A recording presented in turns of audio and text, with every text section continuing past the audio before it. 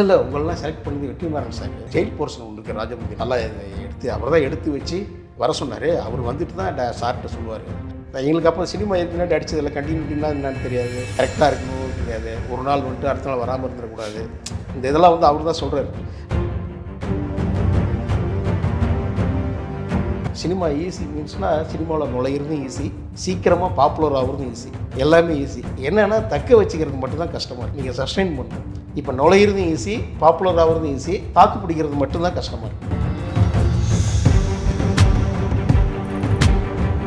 அந்த ஸ்டில் எடுத்துகிட்டு நான் போன ஆஃபீஸ் வந்து Balu Mahendra sir office, Thankar Bachan sir office. ஏன்னா இவங்க ரெண்டு பேருக்குமே அந்த பிளாக் ஸ்கின் நல்லா பிடிக்கும். அவர் ஹீரோயின்கள் கருப்பு கலராக தான் எடுப்பாங்க. சிறப்பு கருப்புக்கு இவர் தான் நமக்கு சூஸ் சாய்ஸ் அப்படின்ட்டு பாலுமேந்திர சார் ஆஃபீஸ்.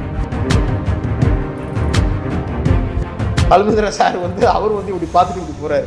இது நம்மளை பார்த்துட்டு அப்படியே பாலுமேந்திர சார் கட்டி பிடிச்சி, நான் எதிர்பார்த்த ஆள் நீ தான், ஏன் உன்னை வச்சு பாரியா நான் மிரட்ட போகிறேன்னு ஏதாவது சொல்லுவார்னு பார்த்தா அப்படி பார்த்துட்டு அவர் பாட்டு அப்படின்னு போயிட்டு இருக்காரா. இப்படி செந்தியில் பார்த்தோம். என்னங்க சார் வருவார், நீங்கள் சார் வந்தார் பார்த்தாரு போயிட்டாருன்னா.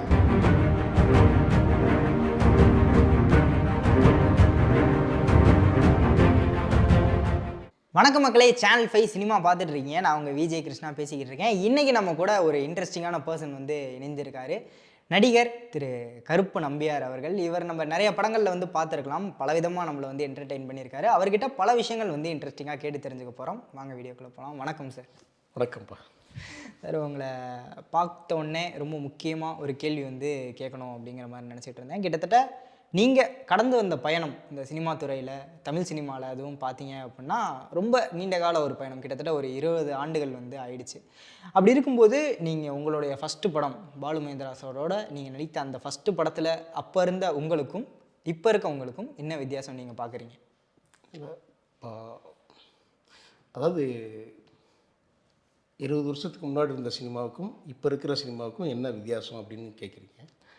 வித்தியாசங்கிறது டெக்னிக்கல் மட்டும்தான். அதாவது கேமரா மாறும், ஃபிலிம் இல்லாமல் டிஜிட்டல் வந்துருச்சு, இந்த மாதிரி எக்யூப்மெண்ட்ஸ் தான் மாறிட்டுருக்கோம். மற்ற நடிக்கிறதுக்கான பேட்டர்ன் வந்து இன்னர் ஸ்ட்ரென்த் வந்து அது எப்போயுமே ஸ்டாண்டர்டும் ஒன்று தான். ஏன்னா அந்த டைலாக் பேசுகிற பேட்டர்ன் மட்டும் கொஞ்சம் மாறும்.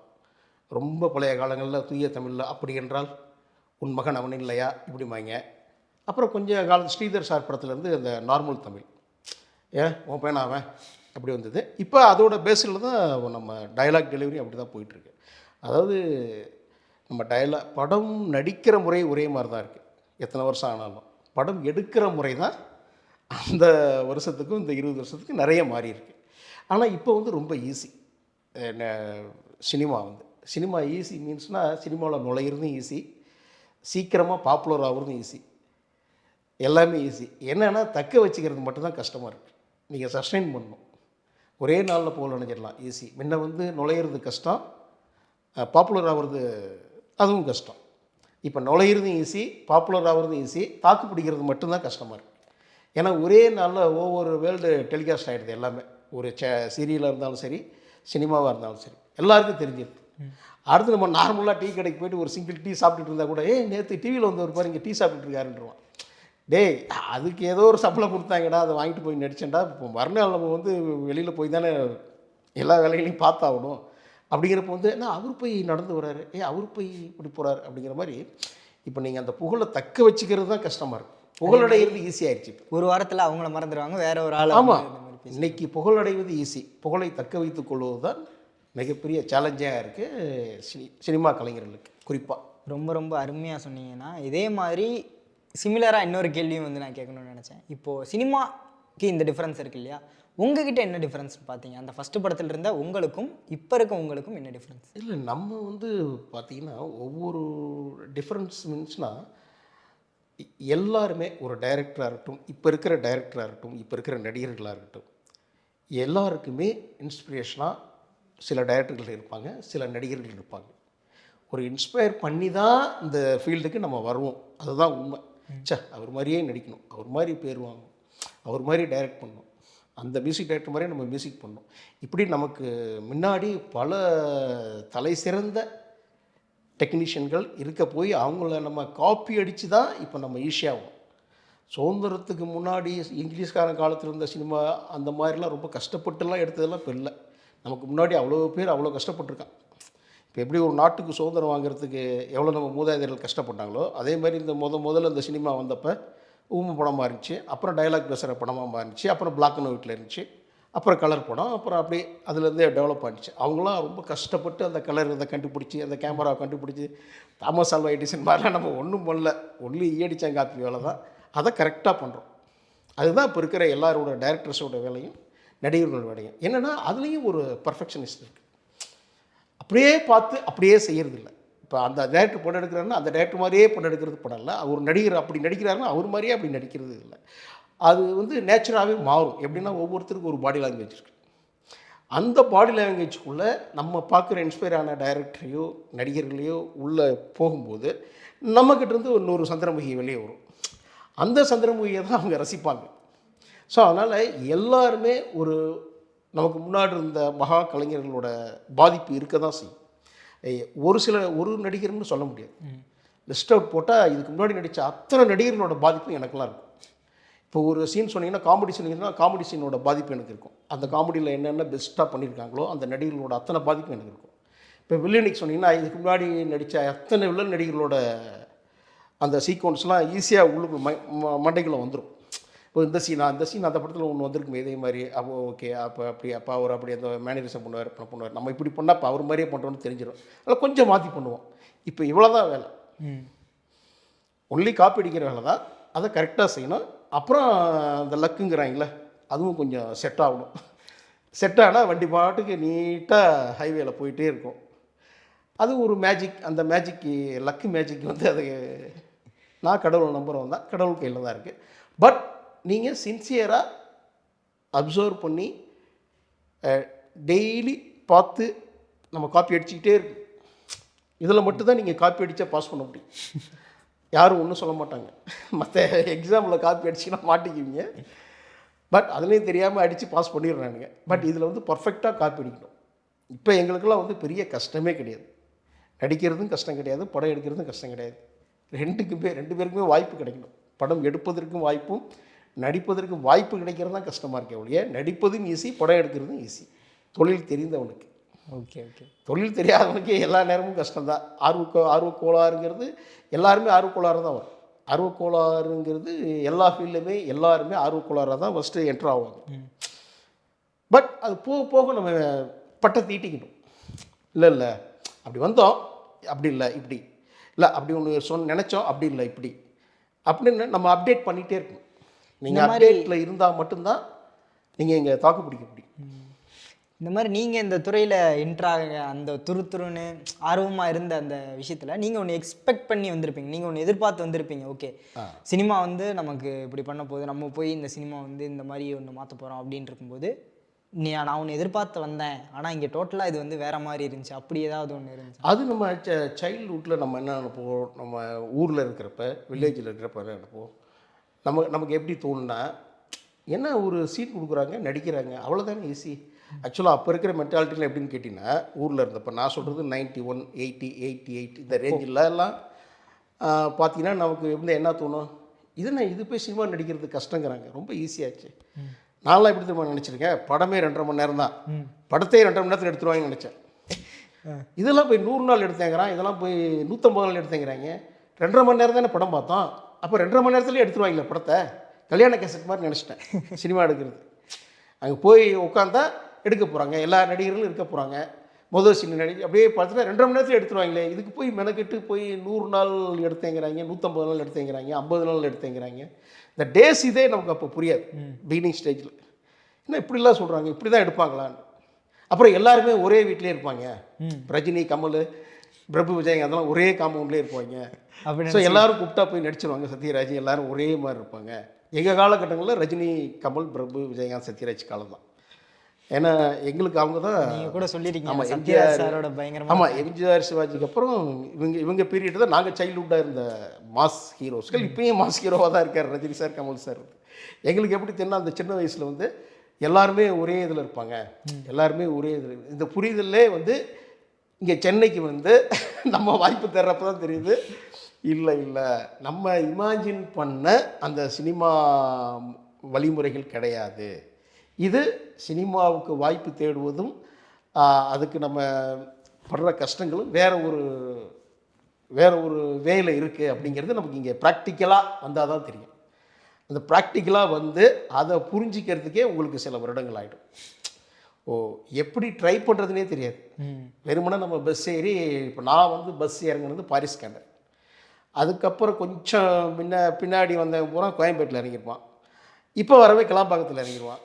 அது மாதிரி பஸ் ஸ்டாண்டு தான் மாறுமே ஒழிய, இங்கே வந்து நீங்கள் அந்த வாய்ப்பு தேடுறது போகிறது வர்றதெல்லாம் வந்து நமக்கு அந்த கரெக்டான பர்சனை நம்ம மீட் பண்ணோம். அது ஒரு மேஜிக் தான். நமக்கு என்ன தான் அந்த சினிமாவுக்கான அறிவு இருந்தாலும் போனாலும் நீங்கள் கரெக்ட் பர்சனை மீட் பண்ணுறப்ப தான் அது ஒர்க் அவுட் ஆகும். இப்போ கரெக்ட் பர்சனை எப்படி மீட் பண்ணுறதுங்கிறது தான் இங்கே சேலஞ்சு. நீங்கள் மீட் பண்ணல இவர் தான் என்னோட அந்த கரெக்ட் பர்சன் அப்படின்னா யார் நான் சொல்லுவீங்க? நாங்கள் வந்து இப்போ எனது ஊர் வந்து பார்த்திங்கன்னா பெரம்பலூர் மாவட்டம் செட்டிக்குளம், முன்ன திருச்சி மாவட்டத்தில் இருந்துச்சு. எங்கள் ஊர்லேருந்து எனக்கு முன்னாடியே புகழ் அப்படின்னு ஒருத்தர் வந்து சினிமாவில் ட்ரை பண்ணிகிட்டு இருந்தார். அவர் வந்து வசீகரா, பிரியமானவளிய படம் எடுத்த செல்வ பாரதிகிட்ட அசோசியேட் டைரக்டராக இருந்தார். எங்களுக்கு ஒரு அட்வைசர், ஒரு குருநாதர் ரேஞ்சுனா புகழ் சார் தான். அவர் என்ன சொன்னார், நான் வந்தது கொஞ்சம் லேட் என்ட்ரி. என்ன தான் சைல்டுஹுட்லேருந்து நமக்கு அந்த சினிமா பார்த்து அந்த ஆர்வம் இருந்தாலும், நான் சினிமாவுக்குன்னு டிசைட் பண்ணி இனிமேல் அப்படின்னு டிசைட் பண்ணது 30 வயசில் தான். 2004 2003 பாதியில் அந்த இது வந்துச்சு. இல்லை இப்படியே ஏமாற்றிக்கிட்டே இருந்தால் நம்ம சினிமாவில் ஒன்றும் பண்ண முடியாது, இறங்குனா தான் அடிக்க முடியும், இறங்கி அடித்தாதான் கோல் விழும், நம்ம பாட்டுக்கு வாயில் பேசிக்கிட்டே இருந்தால் விழாதுன்னு சொல்லி டிசைட் பண்ணதே 2003 அந்த பாதியில் தான். அப்போ 2004 பர்ஃபெக்டாக டிசைட் பண்ணியாச்சு. அப்போ புகழ் சார் தான் நமக்கு தெரிஞ்ச சினிமாக்கார், எங்கள் ஊருக்கார். அவர்கிட்ட போய் சொன்னோன்னே அவர் சொன்னார், இந்த பாரு, அவர் சொன்ன நல்ல அட்வைஸு தான். பாருடா, நானே நிறைய வருஷங்கள் இழந்து இன்னமும் படம் பண்ண ட்ரை பண்ணிகிட்ருக்கேன். ஆனால் உனக்கு வந்து ஒரு ஆக்டிங்க்கான ஒரு இது இருக்குது, முகம் இருக்குது, ஸ்கில்ஸ் இருக்குலாம் சொல்ல அவர், முகம் இருக்குது. நான் வந்து உனக்கு ஒரு நல்ல ஸ்டில் ஃபோட்டோகிராஃபர் பார்த்து ஸ்டில் எடுத்து கொடுத்துறேன், நீ ஒவ்வொரு ஆஃபீஸாக போய் ஸ்டில் கொடு, டெஃபினட்டாக நீ நடிகை ஆயிடுவேன்னு ஒரு நம்பிக்கை கொடுத்தார். அப்படி அவர் நம்பிக்கை கொடுத்து அவர் ஸ்டில் அரேஞ்ச் பண்ணார். ஸ்டில்னா யார், ப்ராப்பராக சினிமா ஸ்டில்ஸ் ஃபோட்டோகிராஃபர், சும்மா போய் ஸ்டூடியோவில் போய் ஃபோட்டோ எடுக்கிறதில்ல. ஸ்டில்ஸ் பூபதின்னு சொல்லிட்டு அவர் தான் வந்து நம்ம விஐபி படத்துக்கு எஸ்டி சபா சார் இப்போ இறந்துட்டாரில் டைரக்டர், அந்த விஐபி படத்தில் சிம்ரன் அவர் தான் அறிமுகப்படுத்துகிறார். கலைப்புலி தானு ப்ரொடக்ஷனில் சிம்ரன் அதுதான் ஃபஸ்ட்டு படம். அவங்களெலாம் வந்து ஸ்டில் எடுத்தவர் அவர் தான் ஃபஸ்ட்டு தமிழ் படத்துக்கு. அவர் தான் வந்து எடுக்க வர்றார். என்கிட்ட சொல்கிறப்ப இப்படி சொல்கிறார், சிம்ரன் எடுத்தவர் தாண்டா ஒன்று எடுக்கிறாரு, பேரை காப்பாற்றி எப்படியாவது நீ இந்த வருஷத்துக்குள்ளே ஏதாவது ஒரு படமாவது நடிச்சிடறேன்னு சொல்லி ஸ்டில் எடுத்து கொடுத்தாரு. அவர் ஸ்டில் எடுத்து கொடுத்தது பிரமாதமாக இருந்துச்சு. ஒரு 6-7 ஸ்டில் எடுத்து கொடுத்தாரு. வச்சுருக்கீங்களா சார்? இருக்கு. அந்த ஸ்டில் எடுத்துகிட்டு நான் போன ஆஃபீஸ் வந்து Balu Mahendra sir office, Thangar Bachan sir office. ஏன்னா இவங்க 2 பேருக்குமே அந்த பிளாக் ஸ்கின் நல்லா பிடிக்கும் அப்படின்னு சொல்லி அதை நம்ம அப்போ அந்த நாங்கள் சைல்ட்ஹுட்டாக இருக்கிறப்ப இந்த பொதிகை டிவி பேட்டி, அப்புறம் இந்த வண்ணத்திரை, சினிக்கூத்து, இந்த தினத்தந்தி வெள்ளி மலர்லாம் போடுற பார்த்தீங்கன்னா போடுவாங்க, பாலுமேந்திரா வந்து கருப்பு கலர் தான் பிடிக்கும், அவர் ஹீரோயின்கள் கருப்பு கலராக தான் இருப்பார்னா, சிறப்பு கருப்புக்கு இவர் தான் நமக்கு சாய்ஸ் அப்படின்ட்டு பாலுமேந்திரா சார் ஆஃபீஸ் வந்து நான் இப்போ ட்ரை பண்ணுற நேரத்தில் வந்து சாலிகிராம் பஸ் ஸ்டாண்ட் பக்கத்துலேயே இருக்கும். அதாவது ஆஃபீஸும் ஈஸி, எந்த சந்து பூந்தலும் அலைய செலவில், பஸ்ஸு போய் நிற்கிற இடத்துலேயே அவர் ஆஃபீஸு, அங்கே போய் ஸ்டில் கொடுத்துடலான்ட்டுருவாங்க. அதனால் அவர் ஆஃபீஸில் ஒரு ஸ்டில். அப்போ அந்த அழகி வந்த நேரம் 2002 அழகி வந்ததில் தங்கர்பச்சான் சாரும் நல்ல ஒரு பெரிய ஃபேமஸான டைரக்டரில் அவரும் ஒருத்தர் ரைட்டர், 2 பேருமே கேமராமேன், 2 பேருமே டைரக்டர்ஸ். அப்படிங்கிறப்ப அவர் ஆஃபீஸ் போய் ஈகாட்டு தாங்க ஆஃபீஸ், அங்கே போய் ஸ்டில் போட்டுட்டு ஒரு 6 months எந்த இதுவும் இல்லை, எந்த அழைப்பும் இல்லை. அப்போ வந்து இந்த ஃபோன்லாம் வரல, ஒன்லி அந்த பிளாக் அண்ட் ஒயிட்டில் மெசேஜ் அனுப்புகிற ஃபோனு இந்த ஃபோனு தான் 2004. இப்போ இந்த வாட்ஸ்அப்லாம் கிடையாது. வாட்ஸ்அப்லாம் என்ன 15க்கு மேலே தானே இருந்துச்சு, 14-15. அப்போ வந்து ஒன்லி ஃபோன், ஒரு ஃபோன் இருக்கும் அவ்வளோதான், சின்ன ஃபோன் இது. அப்போ அந்த ஃபோன் கூட என்கிட்ட இல்லை. எனக்கு வந்து என்னுடைய கான்டாக்ட் நம்பர் வந்து என்னுடைய மாமா நம்பர் கொடுத்துருந்தேன், கருணாகர்னு சொல்லிட்டு ஆர்பரில் ஒர்க் பண்ணிகிட்ருக்காரு. அவர் நம்பர் தான் என் ஸ்டில்லுக்கு பின்னாடி எழுதி பாலுமேந்திர சார் ஆஃபீஸில் தங்கர்பச்சான் சார் ஆஃபீஸில் கொடுத்துருவாங்க. ஒரு கட்டத்துக்கு மேலே இதுக்கு மேலே வேலைக்கு ஆகாதாட்டுக்கு, ஏன்னா என்ன தான் வீட்டிலேருந்து எங்கள் அக்கா டீச்சராக இருக்குது, அவங்க தான் அப்பப்போ பணம் அனுப்பிச்சிட்டு இருப்பாங்க, ஏதோ ட்ரை பண்ணுறாங்க. ஒரு கட்டத்துக்கு மேலே நமக்கே போர் அடிச்சிருச்சு, ஏன்னா இப்படியே தான் ஓட்டிகிட்டு இருப்போமா. ஏன்னா அந்த சந்தானம் ஒரு படத்தில் சொன்ன மாதிரி என்ன டேரக்டரா இல்லை டாக்டரா 6 மாதம் கழிச்சு வாங்குறான் ஆப்ரேஷன் பண்ணுற மாதிரி அப்படின்ட்டு ஒரு கன்ஃபியூஸ் ஆகிடுது நமக்கு. ஒவ்வொரு ஆஃபீஸ் போனாலும் ஒரு 3 மாதம் கழிச்சு வாங்க, 4 மாதம் கழிச்சு வாங்கன்னா, இப்போ 4 மாதம் எப்படி சாப்பிட்றது, 4 மாதம் எப்படி சர்வேல் பண்ணுறது சிட்டியை? இங்கேயே இருப்போமா, பேசாம ஊருக்கே போயிடுவோமா? ஆமாம். அப்படிங்கிறப்ப பார்த்தீங்கன்னா ஒரு ஒரு உண்மையாலுமே ஒரு ஒரு ஒரு கன்ஃபியூஷன் வந்துருச்சு. என்ன தான் கான்ஃபிடென்ஸாக இருந்தாலும் சும்மாவே எத்தனை நாள் உட்காந்துருப்பேன். கண்டிப்பாக. ஃப்ரெண்ட்ஸுங்கனாலும் அவனும் எவ்வளோ தான் ஹெல்ப் பண்ணுவானுங்க, ஒரு லிமிட் இருக்குல்ல. ஸோ ஒரு மனக்குழப்பத்தில் இருக்கிறப்ப வந்த ஃபோன் தான் டைரக்டர் பாலுமந்திர சார் ஆஃபீஸ்லேருந்து வந்த ஃபோன். ஸோ மறுநாள் காலையில் ஆஃபீஸ் போகிறப்ப பார்த்தீங்கன்னா ஆஸ் யூஷுவல் என்ன சினிமாவுக்கான ஃபார்மாலிட்டிஸோ வெற்றி சார், வெற்றிமாறன் சார் இருந்தார். இப்போ துரை செந்தில்குமார் கரடன் டைரக்டர், எல்லாருமே அப்போ அசிஸ்டன்ட் டைரக்டருங்க. போய் பாலுமந்திர சார் முதல்ல பார்த்தது வந்து செந்தில் தான், எதிர்நீச்சல் டைரக்டர் செந்தில் தான் அங்கே உட்காந்துருக்கார் டேபிளில். போன உடனே அவர் சொல்லிட்டாரு, இது மாதிரி வெயிட் பண்ணுங்கள், சார் வருவார் அப்படின்ட்டாப்புல. அவருக்கு வந்து வெற்றிமாறன் சாரும் சார் தான், பாலுமேந்திரா சாரும் சார் தான். ஏன்னா வெற்றிமாறன் அசோசியேட்டு. சரி சார் வரான்னு சொன்னால் சரி ரைட் ஓகே, ஏன்னா உட்கார தானே சொல்ல போகிறாங்க. உட்காந்து வெயிட் பண்ணிகிட்டு இருந்தால் பாலுமேந்திரா சார் வந்துட்டார். பாலுமேந்திரா சார் வந்து அவர் வந்து இப்படி பார்த்துட்டு இப்படி போகிறாரு. என்னது நம்மளை பார்த்துட்டு அப்படியே பாலுமேந்திரா சார் கட்டி பிடிச்சி, நான் எதிர்பார்த்த ஆள் நீ தான், ஏன் உன்னை வச்சு பாரியா நான் மிரட்ட போகிறேன்னு ஏதாவது சொல்லுவார்னு பார்த்தா அப்படி பார்த்துட்டு அவர் பாட்டு அப்படின்னு போயிட்டுருக்காரா. திருப்பி செந்தியில் பார்த்தோம், என்னங்க சார் வருவார், நீங்கள் சார் வந்தார் பார்த்தாரு போயிட்டாருன்னா, இல்லை உங்களெலாம் செலக்ட் பண்ணது வெற்றிமாறன் சார், ஜெயில் போர்ஷன் ஒன்று இருக்குது ராஜமுந்திரில், நல்லா இதை எடுத்து அவர் தான் எடுத்து வச்சு வர சொன்னார், அவர் வந்துட்டு தான் சார்கிட்ட சொல்லுவார் அப்படின்னு. ஓ அப்போ வெற்றிமாறன் இன்னொருத்தர் வருவாரா அப்படின்னு வெயிட் பண்ணிகிட்டு இருக்கோம். கொஞ்ச நேரத்தில் வெற்றி வந்தார். அவர் சாரும் பார்த்துட்டு வந்தவொடனே கேட்டார், என்ன இவங்களாம் வெயிட் பண்ணுறாங்கன்னு இந்த செந்தியில் கேட்குறப்பல. இல்லை வெற்றிமாறன் வரும். ஓ வெற்றியா, வெற்றி வருவாப்பில் வெயிட் பண்ணுங்க அப்படின்ட்டாங்க. அவர் வந்து அப்படி கூட சொல்ல, வெற்றி வரும் வெயிட் பண்ணிட்டார். வெற்றி வரும் வெயிட் பண்ணுன்னா வெயிட் பண்ணலாங்க, வெற்றி தான் வரப்போகுது, எவ்வளோ நேரம் வெயிட் பண்ணாண்ணா அப்படின்னு ஒரு ஒரு ஜாலியாக உட்காந்து வெற்றிமாறன் வந்தாப்புல. அவர் வந்தவொடனே கேட்டார், எங்களுக்கு அப்போ சினிமா இதுக்கு முன்னாடி அடித்ததில்லை, கண்டினியூட்டின்னா என்னன்னு தெரியாது, கரெக்டாக இருக்கணும்னு தெரியாது, ஒரு நாள் வந்துட்டு அடுத்த நாள் வராமல் இருந்துடக்கூடாது, இந்த இதெல்லாம் வந்து அவர் தான் சொல்கிறார். உங்களுக்கு தெரியும் பாலுமேந்திர சார் படம் எப்படின்னு, அதனால் நீங்கள் கண்டினியூஸாக ஒரு 5 நாள் இருக்கணும் ராஜமுந்திரில் இருந்தீங்கன்னா சொல்லுங்கள், ட்ரெயின் டிக்கெட் போட்டுருவாங்க, நீங்கள் வந்துடலான்னு அப்படிலாம் பேசிகிட்டு இருக்கார். எனக்கு சினிமாவோட அந்த ப்ராக்டிக்கல் இது தெரியாது, சினிமா பிடிக்கும் அவ்வளோதான், அந்த மைண்ட் செட்டில் தானே இருக்கும். அதுபடி அந்த இது வந்து என்ன இப்படிலாம் கேட்குறாங்க, 5 நாள் ஒரு வருஷம் கூட இருக்கலாமா, என்ன இருக்குது 5 நாள் மட்டும் கேட்குறாங்க, நம்ம என்ன விட்டுட்டு வந்துடுவோமா அப்படின்னா. அந்த ஆஃபீஸை விட்டு கீழே வரத்துல இன்னொரு ஃபோன் வருது. ஐயா படத்துக்கு சீல் கொடுத்துருந்தோம், சரத்குமார் படத்துக்கு. ஹரி சார் ஆஃபீஸர்லேருந்து கூப்பிட்றாங்க, திருநெல்வேலியில் ஷூட்டிங்க, அங்கே போனீங்கன்னா 20 நாள் கண்டினியூட்டியாக இருக்கணும் அப்படிங்கிறாங்க. இங்கே கீழே வந்தோன்னே ஒரே பிஸி, என்னடா அது ஒரு 6 மாதம் சும்மாவே இருந்தோம், ஒரே நாளில் 2 ஃபோன் வருது, இவங்க 5 நாள் கேட்குறாங்க, 20 நாள் கேட்குறாங்க, என்ன ஏதுன்னு அப்படி இப்படின்னு டிஸ்கஸ் பண்ணுறப்போ பார்த்தீங்கன்னா கொஞ்சம் அந்த சினிமா தெரிஞ்சவங்க, இல்லைடா ஹரி படத்துக்கெல்லாம் வந்து நீ ஆர்டிஸ்டானா தான் கேரக்டர் தருவார், நீ இங்கே போனீங்கன்னா 2 க்ளோஸ்அப் கிடைச்சா கூட நிற்கும், அதனால் நீ பாலுமேந்திரா சார் படத்தையும் ஓகேன்னு சொன்னதுனால வந்து இங்கே நான் ஓகே அப்படின்ட்டு அப்படியே தான் முதல் படத்துக்கான இது அப்படியே போச்சு. ஸோ உங்கள் ஊர்க்காரர் அவர் தான் வந்து உங்களோட கோல் சாருக்கு தான் நான் நன்றி சொல்லுவேன், லக்கி பர்சன். ஆமாம், ஏன்னா அவர் தான் வந்து அந்த டேன் பண்ணி விட்டார். சும்மா வந்து டைம் வேஸ்ட் பண்ணிகிட்டு இருக்கக்கூடாது, பண்ணிக்கலாம், அது ஒன்றும் இல்லை. இப்போ கேமராமேன் வந்து டைரக்டர் ஆகிக்கலாம், நடிகராக இருந்து டைரக்டர் ஆகிருக்காங்க, முதல்ல சினிமாவை புரிஞ்சிக்கலாம். ஆனால் இன்ஸ்டண்ட்டாக நீ இப்போ வந்து ஏதாவது பண்ணணுன்னா நடிகன் தான் கரெக்டான வை அப்படின்னு சொல்லி அவர் தான் வண்டி அப்படி டேன் பண்ணி விட்டு கரெக்டான இடத்துல கொண்டு போய் விட்டார்.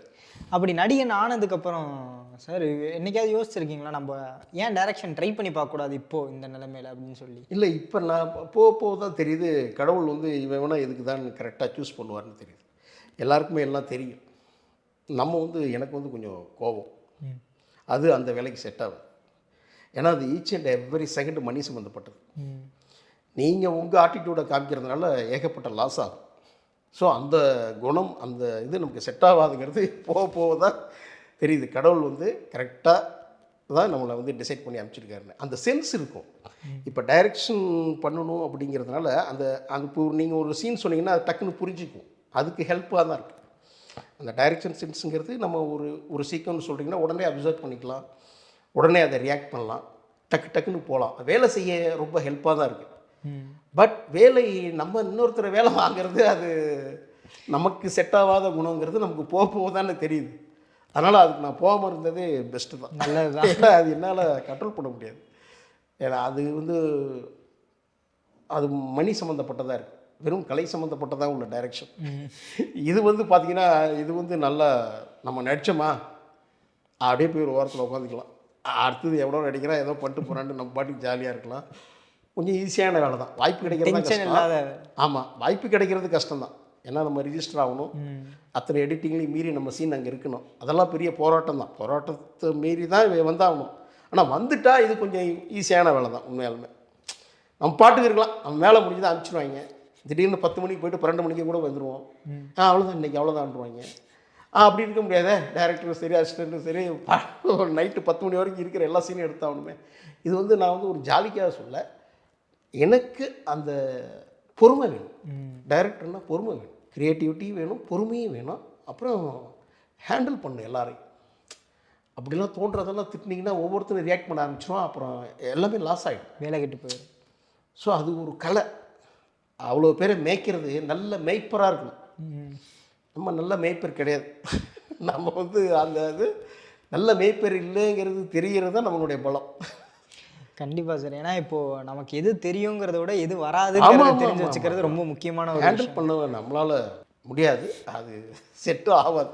அப்படி இருக்கும்போது நீங்கள் கடந்து வந்த இந்த பாதையில் வந்து பார்த்து ஆச்சரியப்பட்ட நபர்கள் அப்படிங்கிறது கண்டிப்பாக நிறைய பேர் இருப்பாங்க. ஏன்னா அத்தனை பேரை நீங்கள் வந்து கிராஸ் பண்ணி ட்ராவல் பண்ணி வந்து அதில் நீங்கள் பார்த்து ஆச்சரியப்பட்ட வியந்த நடிகர், டைரக்டர் யார் யார்? இல்லை, இப்போ நாங்கள் ட்ரை பண்ணிட்டு இருந்த காலத்தில் விஜய் சேதுபதி, அட்டகத்தி தினேஷ், விதார்த், விமல்,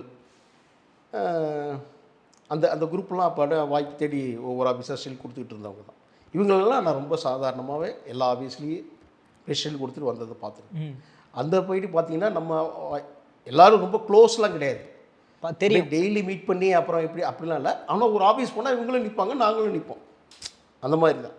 அப்படி பார்த்தீங்கன்னா ஃபஸ்ட் டைம் இந்த குரூப்பில் இருந்து ஆக்டர் ஆனது விமல். தேவையில்லாண்டா அந்த பையன் இங்கேயே தான் சுற்றிட்டு இருப்பான், டீ கடையில் இருப்பான், அங்கே இருப்பான், இங்கே இருப்பான், தேவையில்லாமல் அந்த பசங்க படத்தில் செம ரோல் நான் கிடச்சிட்டான் பாரு அப்படின்னு ஒரு இது வரும், ஒரு பேச்சு வரும்ல. இங்கேயே நின்றுட்டு இருந்தவன் ஒருத்தன் நல்ல கேரக்டர் கிடச்சி நல்லா பண்ணிட்டான் அப்படின்னு. அந்த மாதிரி அந்த குரூப்பில் ஃபஸ்ட்டு வந்தது விமல் தான். அப்புறம் அப்படியே விதார்த், மைனாவில் பார்த்தீங்கன்னா விதார்த் அப்படியே டப்புன்னு வேலை ஏறிட்டார். அதுக்கு முன்னாடி அவரும் சின்ன சின்ன ரோல் தான் பண்ணிட்டு இருப்பார். கில்லி, அந்த தரணி படத்துலலாம் குருவிலாம் பார்த்தீங்கன்னா எல்லாருமே க்ரௌடு தான், நான் உள்பட. அவங்க விஜய் ஃப்ரெண்டாக இருப்பாங்க, நான் மணிகண்டன் சார் ஃப்ரெண்டாக. குருவிலாம் 40 நாள் ஏற்காட்டில் நல்ல மீட்ரு, ஒன்றும் ஆளே தெரியாது, எல்லாருமே மீட்ரு தான். அதனால் அப்படிலாம் இருந்துட்டு திடீர்னு ஒரு செப்பரேட் ஹீரோ அந்த மாதிரி இருக்கிறது வந்ததில் விமல் ஃபஸ்ட்டு, அப்புறம் விதார்த்து, அப்புறம் அப்படியே தொடர்ந்து விஜய் சேதுபதி, அட்டகத்தி தினேஷும் வந்துட்டாப்புல.